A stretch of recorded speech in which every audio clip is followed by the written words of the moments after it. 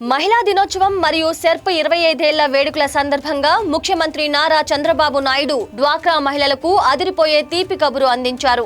మహిళల ఆర్థిక సాధికారత, వారి కుటుంబాల సామాజిక భద్రతే లక్ష్యంగా ప్రభుత్వం ఎన్టీఆర్ విద్యాలక్ష్మి మరియు ఎన్టీఆర్ కళ్యాణ లక్ష్మి అనే 2 విప్లవాత్మక పథకాలను ప్రారంభించనుంది. ఈ పథకాల ద్వారా స్త్రీనిధి బ్యాంకు నుంచి గరిష్టంగా ₹1,00,000 వరకు కేవలం పావలా వడ్డీకే రుణం పొందే వెసులుబాటు కలుగుతుంది. డ్వాక్రా సంఘంలో కనీసం 6 నెలల నుంచి సభ్యురాలిగా ఉండి పాత రుణాలు సక్రమంగా చెల్లించే మహిళలందరూ ఈ పథకాలకు అర్హులు.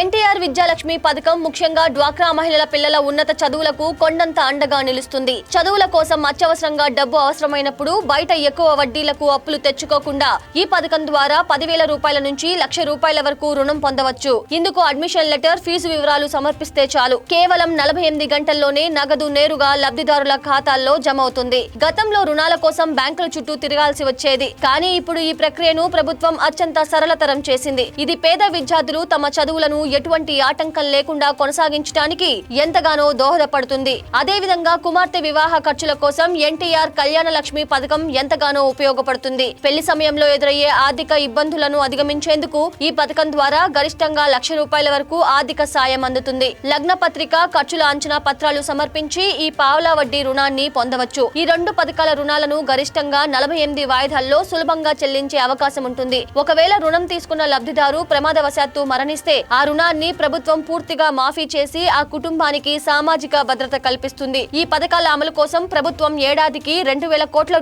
ఖర్చు చేయనుంది. ఇందులో వచ్చే వడ్డీ ఆదాయంలో 50% గ్రామ, మండల సమాఖ్యల బలోపేతానికి, మిగిలిన 50% సిబ్బంది సంక్షేమానికి వినియోగిస్తారు. వీటితో పాటు క్షేత్రస్థాయిలో కష్టపడే 27,500 మంది యానిమేటర్లు, 5,000 మంది కమ్యూనిటీ కోఆర్డినేటర్లకు 15,000 విలువైన సెల్ ఫోన్లను, 600 మంది ఎంపీఎంలకు ల్యాప్టాప్లను ప్రభుత్వం ఉచితంగా పంపిణీ చేయనుంది. ఈ డిజిటల్ పరికరాల ద్వారా సంఘాల లావాదేవీలన్నీ పారదర్శకంగా, వేగంగా జరగడమే కాకుండా సిబ్బందిలో పని పట్ల ఉత్సాహం పెరుగుతుంది. ఈ నిర్ణయాలన్నీ డ్వాక్రా మహిళల ఆత్మ గౌరవాన్ని పెంపొందిస్తూ వారి జీవితాల్లో కొత్త వెలుగులు నింపుతాయని ముఖ్యమంత్రి ఆశాభావం వ్యక్తం చేశారు.